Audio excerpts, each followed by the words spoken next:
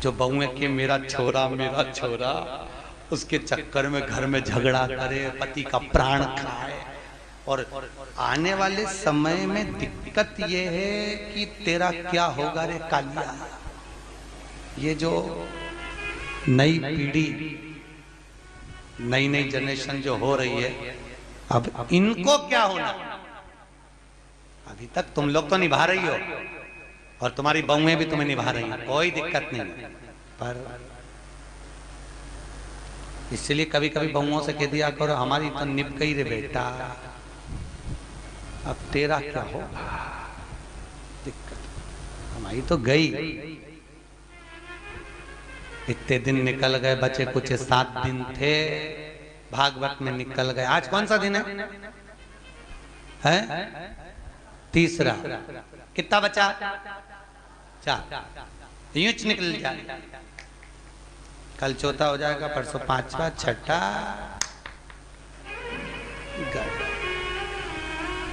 कह दिया करो हमारी तो निकली गई, बचपन गंवा दिया, जवानी निकल गई, शरीर बुढ़ापा आ गया, 2 रोटी खाएंगे, कहीं पे भी पड़े रहेंगे, राम गुण गाएंगे, कोई भी दे देगा री बेटा। पर दिक्कत तो आजकल के बच्चे इतने प्रश्न करते हैं, और प्रश्न माँ से नहीं करते जितने दादी से करते हैं। सबसे ज्यादा प्राण खाए औलाद दादी की। एक बच्चा दादी के पास आके बोला दादी दादी, दादी बोली हाँ। एक बार तू टे बोलना, टे। दादी बोली टे क्या होता है रे? नहीं दादी तू बोल मुंह से, टे ऐसा बोल दे बस। दादी बोली नहीं बोलूं, पहले बता क्यों बुलवा रहा है। दादी तू बोल तो सही, टे नहीं बोलूं, पहले बता क्यों बुलवा रहा है। दादी ने 5 रुपए दिए, ले टॉफी खा लेना, अब बता मुझसे टे क्यों बुलवा रहा है। दादी कल मम्मी पापा पलंग पे बैठ के बात कर रहे थे, जब अम्मा टे बोल जाएगी तो सारी जायदाद अपनी हो जाएगी, सारी जायदाद। तो तुम ध्यान रखना रे हो इंदौर वालों, टे मत बोलना भूल से। हाँ, उसके यहाँ पे बूंदी का रायता बना, बूंदी बनी, सेव बना, पूड़ी बनी, सब्जी बनी चना की। दादी बोली वो तो बने गई, क्योंकि उसकी दादी मर गई तो 12वें का भोजन बनाए। इतने में बच्चा बोला दादी अपने यहाँ कब बनेगा। दादी ने एक धर के दिया। अच्छा बच्चे भी बहुत प्राण खाए तो दादियों के खाए, क्योंकि दादियों को ज्यादा शौक था।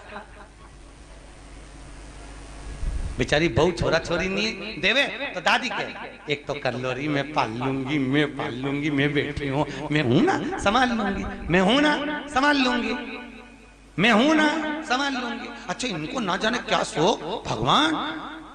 दिन भर अब छोरा बहू का छोरा छोरी हो गया ना, अभी भी आशा लगा के बैठी है, बस बहू का छोरा हुआ, मेरे पोते का ब्याह हो जाए, पोता बहू आ जाए, बस मैं सोना की सीढ़ी चढ़ जाऊं।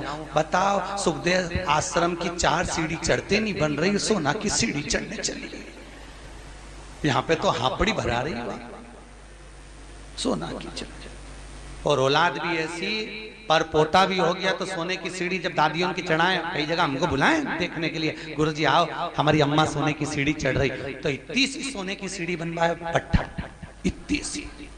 इतनी सी सीढ़ी चढ़ जाए। वो सीढ़ी मुड़ जाए पर अम्मा नहीं चढ़े।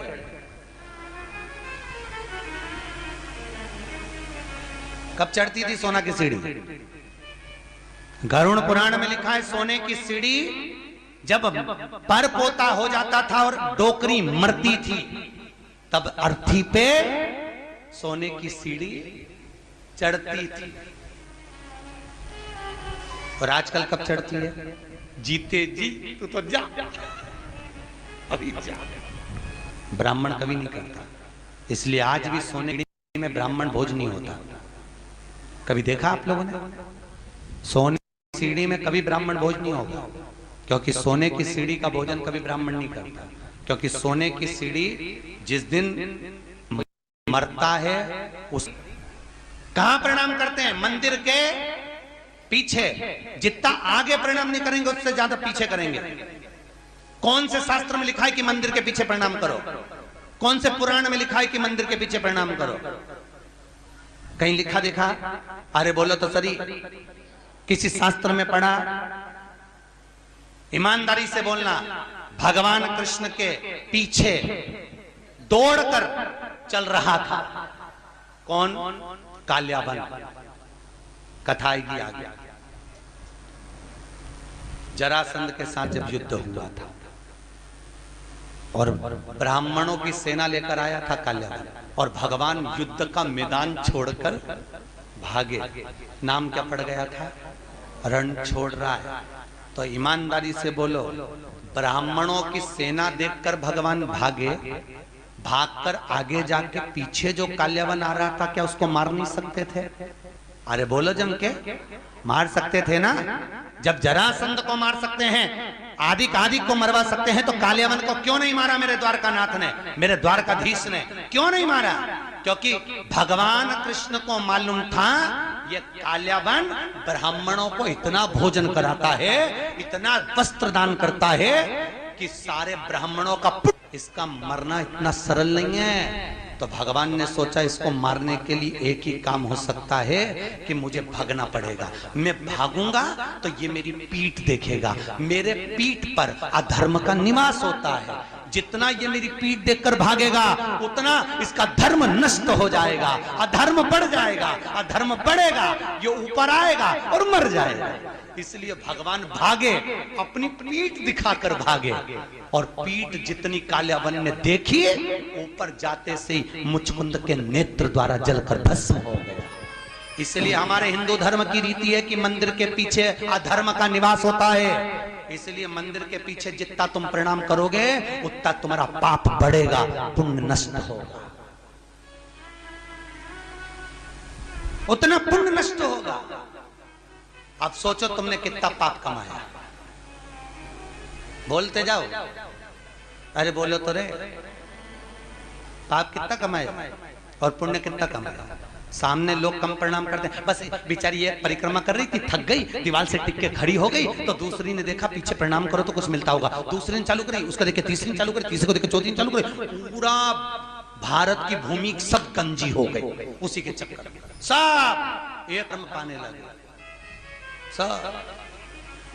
तो बेचारे वो तो कहीं कहीं के संत विद्वान थे, कहीं कहीं के महात्मा विद्वान थे, तो उन्होंने मंदिर के पीछे फोटो चिपका दिया भगवान का कि कम से कम इन्हें पाप तो नहीं लगेगा, तो फोटो चिपका दिया कि कम से कम आगे भगवान का भी दर्शन हो जाएगा। बेचारे संतों ने कृपा कर दी, पर तुम में अक्ल नहीं आई रे दादा, कहीं करे। और पूरे भारत की भूमि पे तुम कहीं पे भी घूम के देखना, जितने मंदिर मिलेंगे सब में पीछे लोग प्रणाम करते मिलेंगे। उनको समझाओ तो कोई समझे वे? अरे बोलो तो सरी, क्या मालूम था कि अधर्म समाज पुण्य, ऐसी कई फालतू की बात। सुधारो,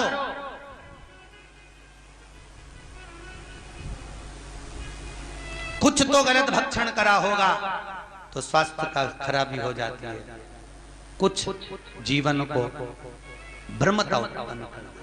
हमें बचना उस भ्रम से, हमें डरना उस भ्रम से।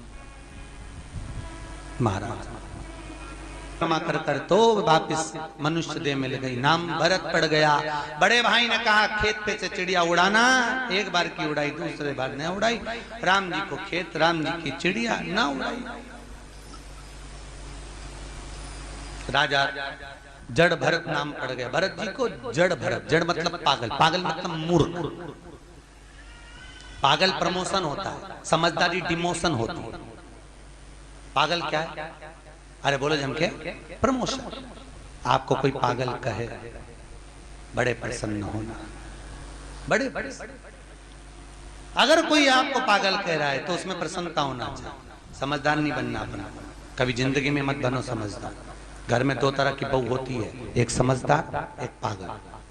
जो समझदार होती है वो 24 घंटे काम में लगी रहती है,